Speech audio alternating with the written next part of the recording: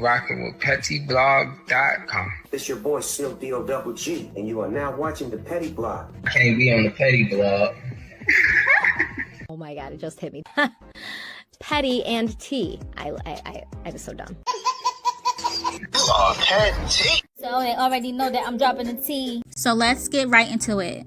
On Wednesday, February 5th, 2025, at approximately 10:17 a.m. local time, a Japan Airlines aircraft collided with a parked Delta Airlines plane at Seattle Tacoma International Airport.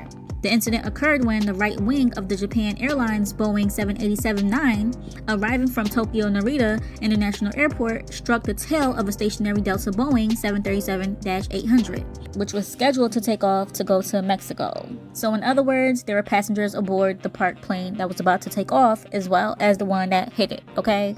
But fortunately though, there were no injuries reported among the 142 passengers and crew aboard the Delta Airlines and the almost 200 that were aboard the Japan Airlines flight. But both aircrafts did sustain significant damage, but emergency services responded promptly and passengers were safely deplaned. The Federal Aviation Administration, FAA, initiated an investigation into the incident, as it occurred in an area not under direct air traffic control. 2 planes clipped wings. This collision follows a series of recent aviation accidents, including a fatal mid-air crash near Washington, D.C., which killed 67 people.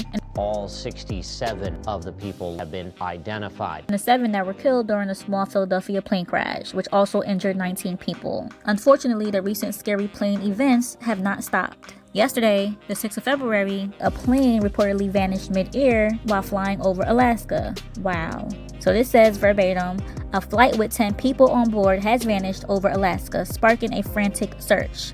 The Bering Air Caravan plane was reported overdue when it failed to arrive in Nome about 4 p.m. local time.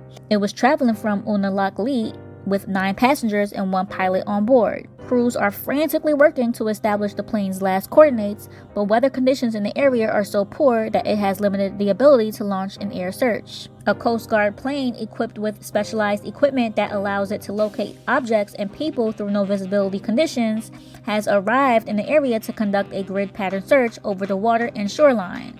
We are currently responding to a report of a missing Bering Air Caravan, the Nome Volunteer Fire Department said in a statement. We are doing an active ground search from Nome and from White Mountain. Due to the weather and visibility, we are limited on air search at the current time. National Guard and Coast Guard and troopers have been notified and are active in the search. Norton Sound Health Corporation is standing by. Authorities have had to warn well-intentioned members of the public to avoid conducting search parties due to extreme conditions. And let me jump back in here real quick, y'all. So this was pre-recorded, but unfortunately there has been an update since, and the plane was found in Alaska. The plane crashed.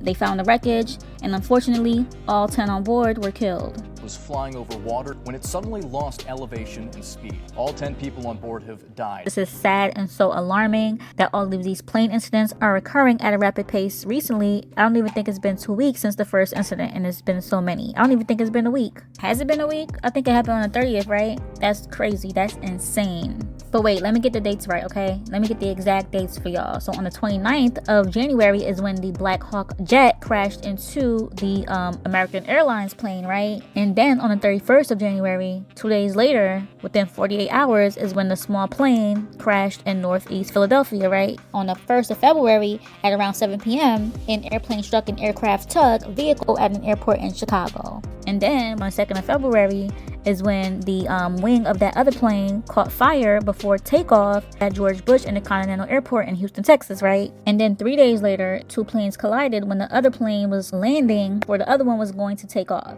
right? And the next day, on the 6th, is when this small plane disappeared mid-air over Alaska, and they're still looking for them and the passengers. Unbelievable. All I want to say is that I want to send a prayer to anybody who has upcoming flights. I want to just tell you guys, just, make the best decisions if you want to travel. And I'm not saying that something is going to keep happening every few days, but just make the best decisions for yourself. And I want to say rest in peace to everyone who's passed away this past week from an airplane incident. Rest in peace.